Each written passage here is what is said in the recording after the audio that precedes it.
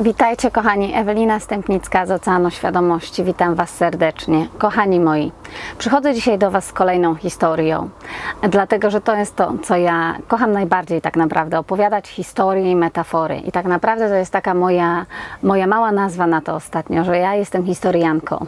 I bardzo mi się ta nazwa podoba i pewnie nie jeden z Was powie, no coś takiego nie istnieje, a ja Wam powiem na to, coś takiego nie istniało jeszcze do niedawna, ale już istnieje, bo ja to wykreowałam. I to jest to, o czym ja dzisiaj chciałam z Wami porozmawiać.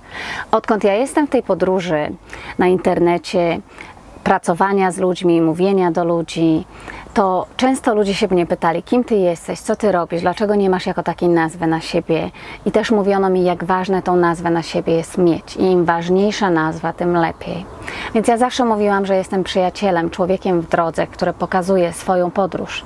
Jednak nie jeden człowiek mi powiedział, że to jest za mało, że to jest za mało poważne i że ludzie mnie nie wezmą na poważnie. Więc ja patrzyłam na wszystko, co istnieje, patrzyłam na foremki, które są, patrzyłam na nazwy, które są i próbowałam siebie tam włożyć, tak? Więc patrzyłam na psychologów, patrzyłam na nauczycieli duchowych, patrzyłam na artystów i gdzie nie zajrzałam, w jakąkolwiek nazwę i foremkę, to nie mogłam do końca siebie znaleźć. I często my tak robimy, szukając swojej pasji, szukając swojej piosenki w sercu, którą mamy tu do zaśpiewania, każdy bez wyjątku, patrzymy poprzez pryzmat tego, co już istnieje, wierząc, że tam znajdziemy swoją piosenkę.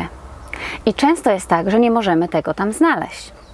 I często jest tak, że jeżeli nie możemy tego tam znaleźć, to myślimy, że nie mamy pasji albo nie mamy talentu. Jednak mam taką historię dla Was dzisiaj, Lindsey Stirling, która jest bardzo inspirującą dla mnie historią. Lindsey była dziewczynką, która od małego kochała tańczyć i grać na skrzypcach. I od małego była dobra i w tym, i w tym. I od małego jej mówiono, że żeby coś w życiu osiągnąć, to będzie musiała wybrać jedno. Jednak ona nie chciała wybrać jednego. I gdzie nie zaszła w dorosłym życiu, to mówiono jej to samo. Brała udział w America's Got Talent i tam również powiedziano jej, że pewnie osiągnęłaby sukces, gdyby zdecydowała się na jedno, albo taniec, albo gra na skrzypcach. Jednak ona się nie poddała i robiła to, co kocha najbardziej. Tańczyła i grała na skrzypcach zarazem. I wrzucała to, co tworzyła na YouTube. I wrzucała, i kreowała, i tańczyła, i grała. I w pewnym momencie miliony ludzi zaczęło ją oglądać. I Lindsey dziś jest całkiem znaną i sławną osobą. I w jednym ze swoich wywiadów powiedziała coś takiego, co mnie bardzo poruszyło. Jeszcze niedawno coś takiego jak ja nie istniało. Ale dlatego, że wytrzymałam, że się nie poddałam, że zaufałam, że kreowałam, dziś już istnieje tańcząca skrzypaczka. I tak samo dlatego, że nie znalazłam foremki, która była na zewnątrz, gdzie nie znalazłam nazwy, w którą mogłabym się włożyć, ale kreowałam, tworzyłam, wytrzymałam, zaufałam.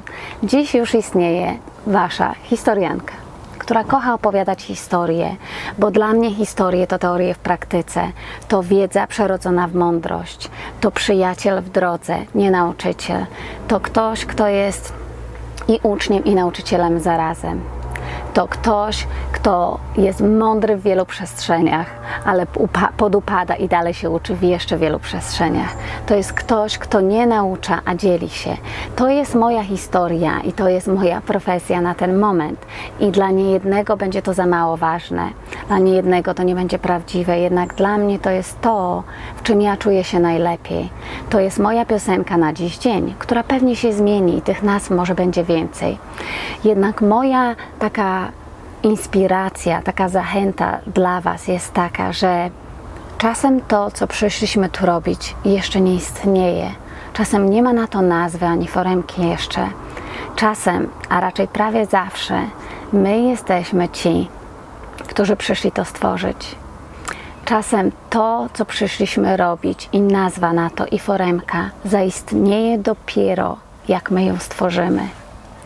Bo czasem nie ma na to kopii. My jesteśmy oryginałem, który przyjdzie i to stworzy, wykreuje, uformuje. Tak jak zrobił to Steve Jobs z telefonami, komputerami, tak jak to zrobiła Matka Teresa z tym, co zrobiła, tak jak to zrobił Gandhi ze stanem świadomości, który przyniósł, czy Martin Luther King, czy Einstein, czy wielu innych cudownych ludzi. My nie różnimy się od nich niczym innym. Czasem po prostu zapominamy, że to, co przyszliśmy zrobić, drzemie tu, a my szukamy tego na zewnątrz i próbujemy siebie do tego dopasować. Czasem jest nam ciężko uwierzyć, że jesteśmy tak niesamowici i że przynieśliśmy ze sobą coś, co zaistnieje dopiero, jak my to stworzymy. Bo czasem bardziej niż nasz cień przeraża nas nasze własne światło. I ten fakt, że może my przyszliśmy wnieść tutaj coś, czego jeszcze nie ma. I będzie dopiero jak my odważymy się zaśpiewać piosenkę naszej duszy. Więc kochani, zachęcam Was do jeszcze większej, jeszcze wolniejszej kreacji, do zabawy, do śpiewania i do otworzenia się na tą ideę, że może to, kim i czym jesteście, zaistnieje dopiero jak Wy to tutaj przyniesiecie, jak Wy to narysujecie, jak Wy to uformujecie, w jakiejkolwiek formie to jest. To Wy tak naprawdę decydujecie.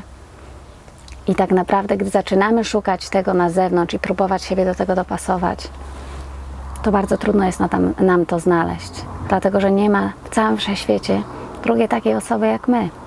Więc cokolwiek przyszliśmy to zrobić, to nawet jeżeli ktoś to robi podobnie, to nikt tego nie jest w stanie zrobić tak jak my. Więc tam tego szukajmy. Kocham, buziaki. Pozdrawiam. Wasza historianka. Pa, kochani.